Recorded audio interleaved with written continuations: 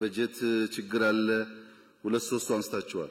አንድ ዩኒቨርሲቲ ያለው በጀት ከራሱ ከትምህርት ሚኒስቴር ይበልጣል። ከራሱ ከትምህርት ሚኒስቴር ቢሊየንስ እኮ ነው የሚመደበው። ጓዶች አታውቁም እንዴ? ምን ያደርጋል ዩኒቨርሲቲ? ስታዲየም፣ ሆቴል፣ አጥር።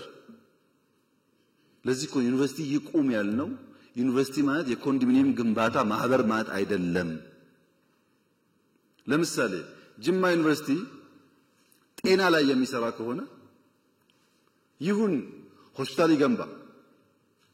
ሌላ ደግሞ ያለው አዳማ ዩኒቨርሲቲ ሳይንስ ላይ ከሆነ የሳይንስ ላብ ይገንባ። ፋሽን እኮ ነው ሁሉም ሆስፒታል። ፋሽን አይደለም?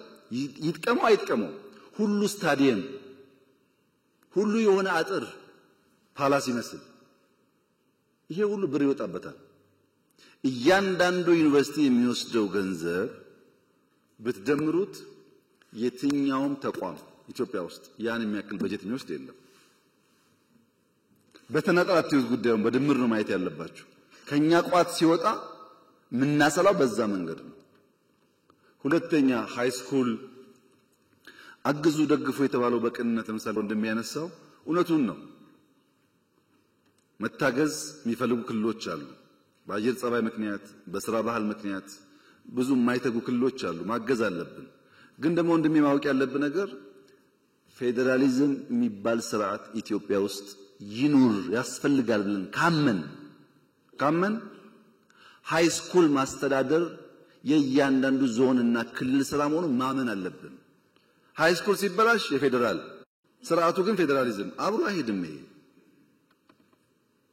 ሃይ ስኩል መገንባት፣ የሃይ ስኩል መምህር መቅጠር፣ የሃይ ስኩል ደሞዝ መክፈል፣ የሃይ ስኩል መምህር ቤት ቦታ መስጠት የእያንዳንዱ ክልል ስራ ነው።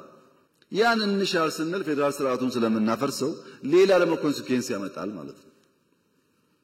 እናንተ ሁሉን ስለምታውቁ እንደራችሁም የእውቀት ጋን ስለሆናችሁ በዚህኛው ያለው አደጋ በዚህኛው ያለው ጠቀሜታ ለማመዛዘን አትቸገሩም። በዚያ ስፕሪት ነው ማየት ያለብን። በጀት የቀነሰ አይደለም የኛ አሰራር።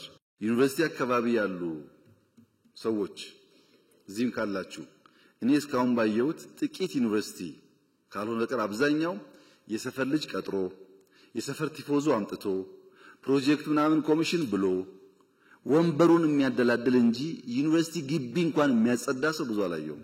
ግቢውን ተውት አገሩን። እሱን ወደ ውስጥ መፈተሽ የሚጠቅም ይመስለኛል።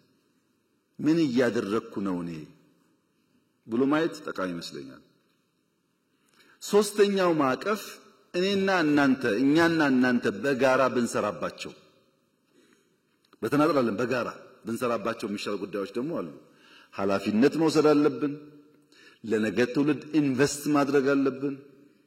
ተስማምተን የጋራ አሳይመንት ካልሆነ በቀር በአንድ ወገን የማይሰራ አንደኛው ምን አልኩኝ እንመልሳለን እንፈትሻለን። ሁለተኛው ምን አልኩኝ ከሌሎች ተቋማት ጋር ክሮስ ሴክተራል ስለሆኑ እዚያ ውስጥ እናያለን። አሁን ማነሳቸውንስ በጋራ እንሰራበታለን። ያኔ መልሱ ሙሉ እየሆነ ይመጣል። አንደኛ ትምህርት ለትውልድ መቀጠል አለበት ብላችኋል። ትክክል ነው፣ መቀጠል አለበት። ግን የኔም የናንተም ስራ ነው። የፕሮፌሰር ብርሃኑም የናንተም ስራ ነው። ለምሳሌ ብሩ ተለመነ የሆነ ሪሶርስ ተገኘ፣ መጨረሻ ግን የሚሰራው እዛው ያለ ወጣት ነው። ለዛ ወጣት ያንተን ድጋፍ እንፈልጋለን። ይሄ ትምህርት ቤት ለልጆቻችን ነው፣ ለኛ ነው የሚሰራው፣ ማገዝ አለብን ብለ ካላስተማርከው በቀር ብሩ እያለ ስራው አይሰራም ማለት ነው። ከተገነባስ በኋላ ትምህርት ቤት ሃይ ስኩል እዚህ ጅማ ላይ ወለጋ ላይ እዚህ ምዕራብ ደቡብ አካባቢ ላይ ሃይ ስኩል ገንብተን እንሰት መትከል፣ አቮካዶ መትከል፣ ቡና መትከል እንዴት ብርቅ ይሆናል? ዝናብ እንደዚህ ብሎ ይዘንበው ተማሪ እንዴት ነው በግቢ ውስጥ የማይተክለው? እንዴት ትምህርት ቤት ግቢ ውስጥ አቧራ ይታያል? ይሄን እናንተ ካላገዛችሁ ማን ያግዛል? ደግሞ ብዙዎቻችሁ እርግጠኛ ነኝ ስትማሩ አርብ ከሰዓት ግቢ ማጽዳት፣ የትምህርት ቤት ጓሮ መኮትኮት፣ የትምህርት ቤት ቡና መልቀም ስራችሁ ነበር፣ ስራችን ነበር አልነበረም? በቃ እሱ ማስቀጠል አለብን። ተማሪ መስራት አለበት። ያን ካልተለማመደ ሰው አይሆንም፣ ሙሉ ሰው አይሆንም። ይሄን ከናንተ ድጋፍ እንፈልጋለን።